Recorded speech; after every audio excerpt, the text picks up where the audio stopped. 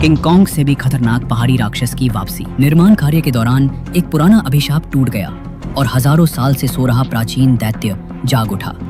वो रहस्यमयी राक्षस अब शहर की ओर तेजी से बढ़ रहा है। जहां से गुजरता है सब कुछ तहस नहस कर देता है।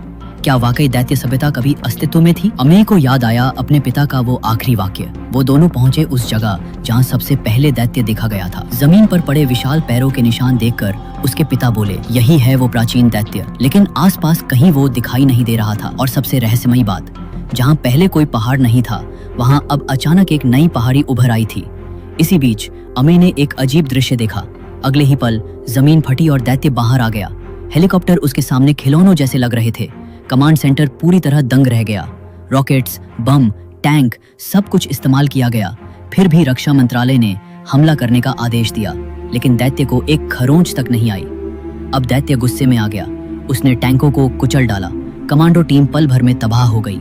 आखिरी उम्मीद थी अमे के पिता। वो दैत्य के सामने गए, बातचीत करने की कोशिश की। दैत्य शांत हो गया, शायद समझ भी रहा था। लेकिन तभी एक बचे हुए सैनिक ने हमला कर दिया। उसने सिर पर गोली चलाई और सब खत्म हो गया। अमे के पिता मारे गए।